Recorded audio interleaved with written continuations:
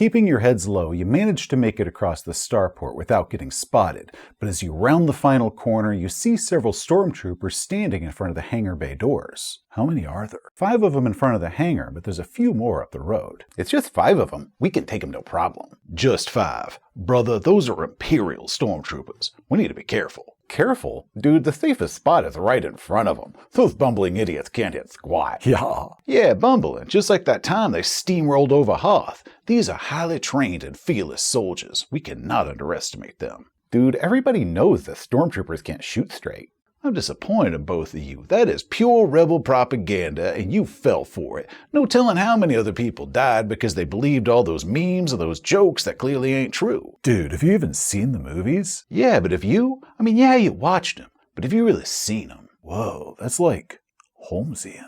Okay, I'll bite. What did we miss? If it wasn't for stormtroopers missing all the time. Now, for the sake of this, I'm only talking about classic Imperial Stormtroopers. No clones, no conscripted Third Order JJ crap, nothing like that. We're only talking about the classic Stormtroopers like these guys here.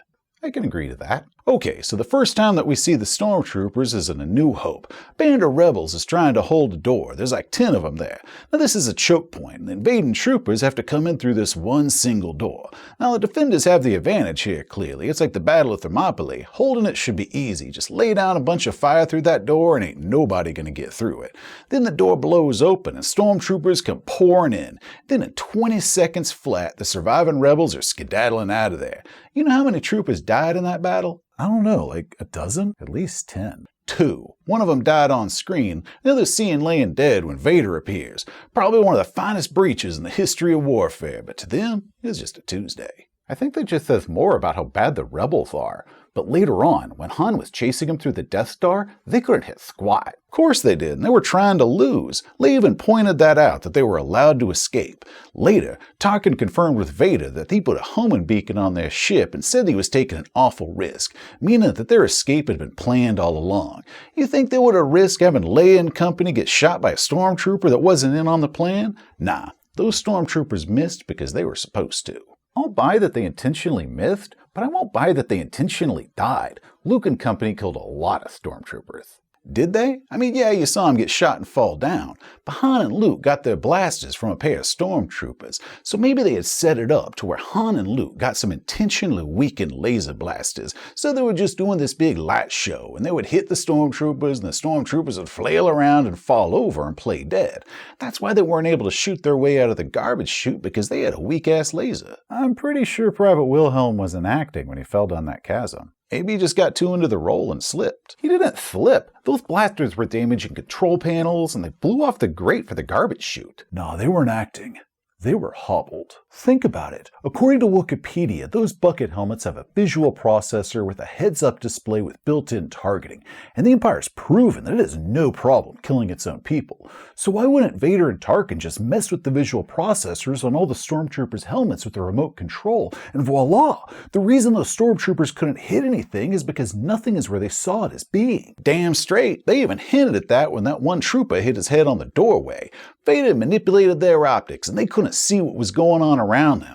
Poor bastards didn't even stand a chance. Fine, I'll give you those, but stormtroopers are known for sucking. Remember in The Mandalorian when Miggs was adamant that he wasn't a stormtrooper because he was a sharpshooter and he knows that stormtroopers cannot hit anything? No, he was clarifying his unit. Soldiers hate being confused for belonging to the wrong branch. I mean, he's proud of what he did. It's no different than somebody going, I was an Army Ranger, I weren't no crayon-eating Marine. Soldiers been doing that as long as they've been soldiers. But rivalry don't change the fact that they are all highly trained and lethal badasses. Dude, The Mandalorian even showed us those 2 stormtroopers who were unable to hit a freaking can. They were practicing. And failing? I mean, they were practicing missing. Look, these troopers are so highly trained that they can't help but hit their target at this point. You go through boot camp and you got some drill sergeant smacking you upside the helmet every time you don't aim for center mass. Eventually you can't hit anything but center mass. So in order to keep up appearances of looking like a bunch of bumbling idiots, that way a bunch of bumbling idiots like you keep charging up against them, that means that they have to learn how to miss. And not just learn how to miss, but make it look like they're believably missing. So you see a couple doofuses unable to hit a can, but I say they were trying to believably miss that can. No, they were missing. They were obviously frustrated, even checking their guns to see if they were broken. Maybe, but you have to remember though that the Mandalorian takes place 5 years after the Empire's fall. These troopers are the bottom of the barrel. They might have even joined up after the Empire had already fallen down. The Empire, they can't be picky no more because ain't like a lot of good troopers are trying to sign up for an army that's already lost. So now you got a bunch of second-rate rejects using a bunch of old and out-of-date equipment that's barely working now. It's really convenient how you can just make up the situation around it, and then make up another situation once the first one was proven wrong. I'm not making it up. Those two were a pair of dumbasses that weren't even trusted to go inside the town where all the action was going on because they were a liability. You can't base all Imperial troopers off two chuckle-headed cosplayers 5 years after the Empire's already fallen. And those dicks punch Grogu. Fine, then explain to me how during the height of the Empire, your elite stormtroopers got their butts handed to them by a bunch of teddy bears. Oh, you do not want to bring up Ewoks. Yeah, I think I do. Okay, so while stormtroopers are definitely badasses, Ewoks are the deadliest monsters in the known galaxy. Ewoks. Seriously, you ever wonder why Endor's moon weren't populated? I mean, people living all over Tatooine and it's an inhospitable desert. Meanwhile, you got a perfectly good moon here. It's got water and giant sequoias. The whole damn place is beautiful, but ain't nobody there. That's the whole reason the Emperor was building a second Death Star there, because ain't nobody there was going to see what he was doing.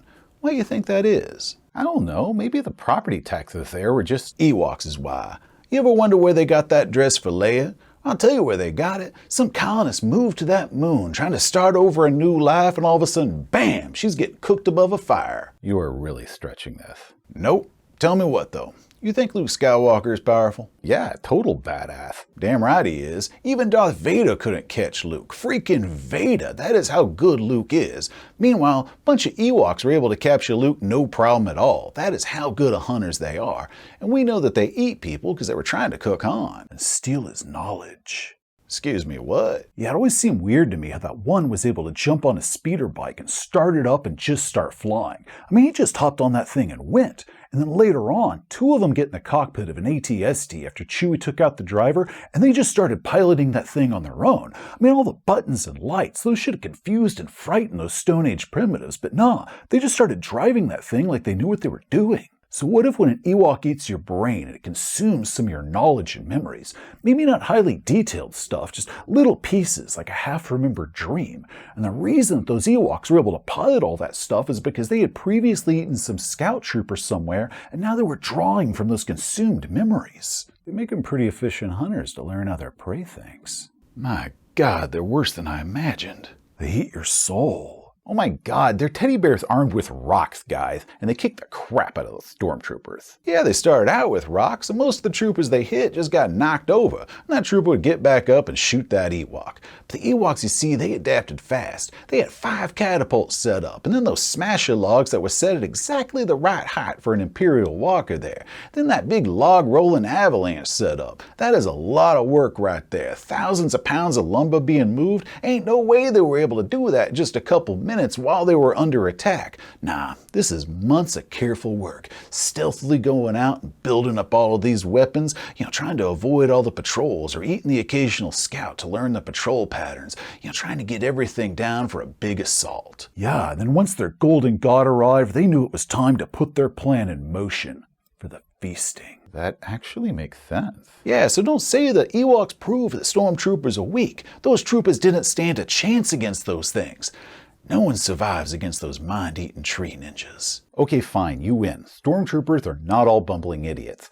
So you got any plans on how to get around these guys here? I was planning on kicking their asses. You're gonna attack them. Hell yeah. Dude, you just spent like 5 minutes waxing about how badass these guys are, and now you just want to charge in there with guns blazing? Damn straight. Look, you want to look back on this game and say that you took out a bunch of incompetent idiots who couldn't hit anything, or do you want to say that you took out a team of highly trained and elite badasses? Which one of those sounds better to you? He's got a point. He does. So now let's show these motherfuckers who the real badasses are. Kill them all. So 2 of you take the 5 at the door. I'll take the 3 to the right. Hell yeah.